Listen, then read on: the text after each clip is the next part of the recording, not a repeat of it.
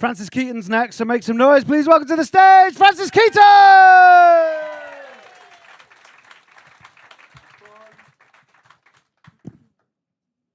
When I was at school, I was so physically white, the kids call me the ghost.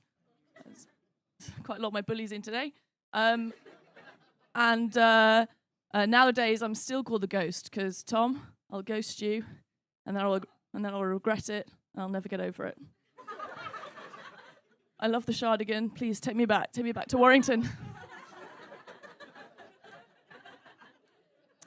I was genuinely bullied for being pale. The kids call me the ghost. They call me Casper. They also called me trans, which confused me because bullies in the 90s weren't really known for their progressive comments. But it turns out it was short for translucent. Yeah, I'm glad you were laughing because it was heartbreaking for me. Used to get very upset. I was crying in the playground. The teacher came over and asked me what's wrong. I said, I'm fine. She said, don't lie to me. I can see right through you.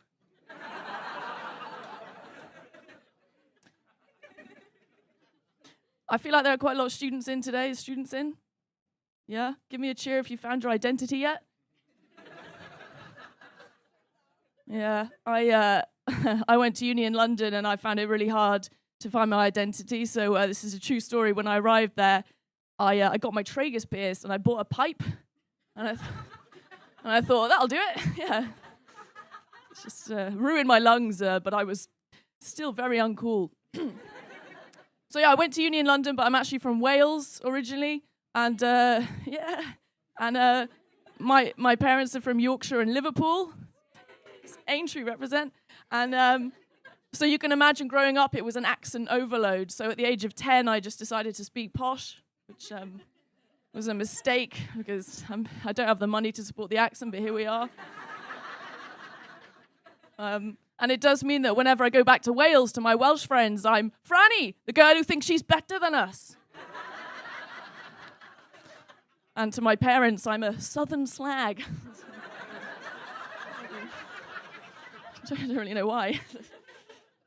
Yeah, I'm from a very small town in Wales, and small towns are fucking creepy, aren't they? It's fucking creepy. So I'm from the kind of town where everyone can tell the time just by looking at the sun.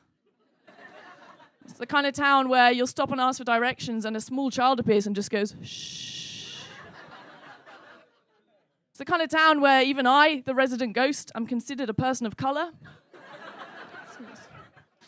But there was a really bizarre tradition in my hometown. It was called wassail. Anyone heard of wassail? One pagan in the room. Okay, this is for you, my friend.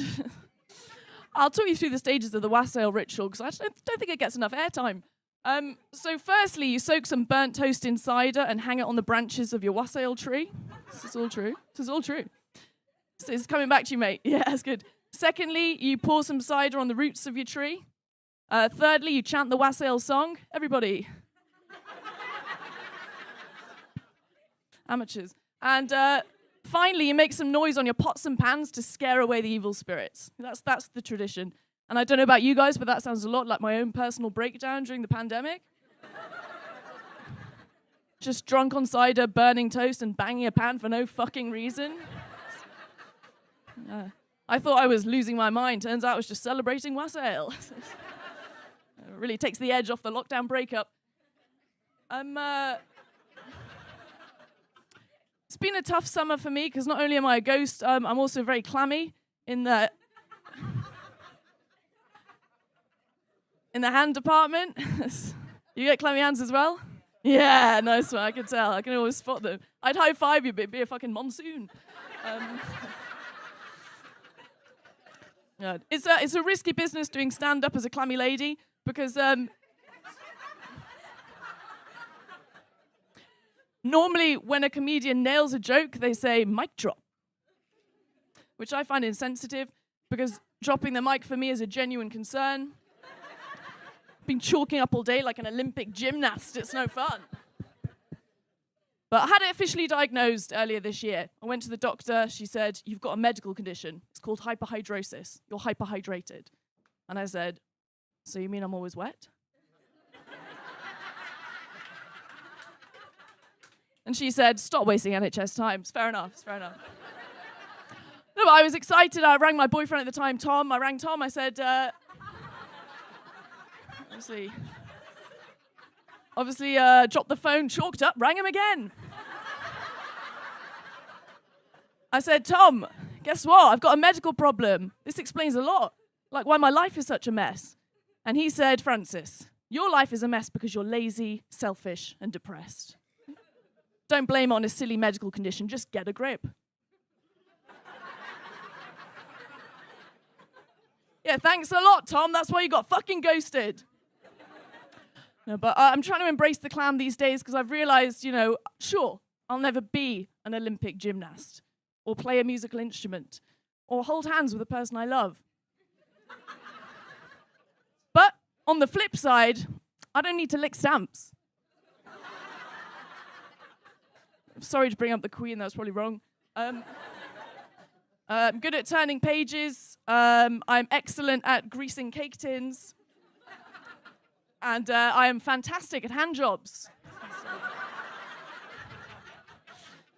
Organic lube. It's disgusting.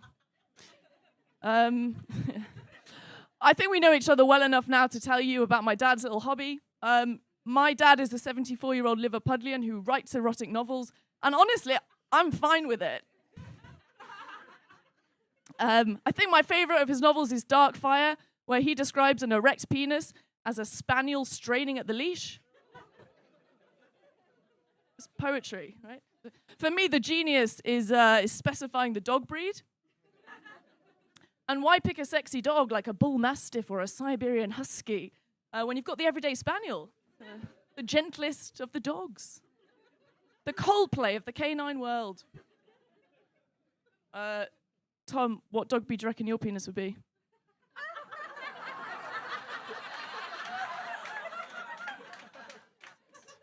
Disappointing, yeah. Okay. Sorry, Tom. My dad goes on to describe an orgasm as feeling like an explosion of warm lard. Again, what a lard. The sexiest food in the pantry.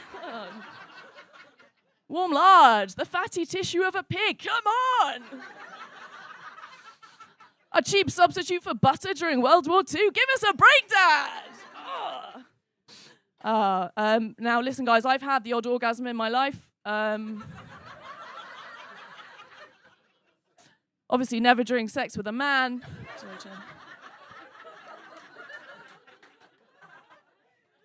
But never in my life have I thought, ooh, that feels just like warm lard. But I live in hope. Obviously, I can't stop reading Dark Fire. It's fucking great. Because, call me twisted, but it really turns me on. So I've stocked up on lard. Can't stop thinking about spaniels. Genuinely, I've started volunteering at Dogs Trust just to be closer to those gentle little bitches. So I'll leave you now, but if anyone does want to buy some organic lube, I will be selling it outside for a reasonable price. You guys have been lovely. I've been Francis. Good night.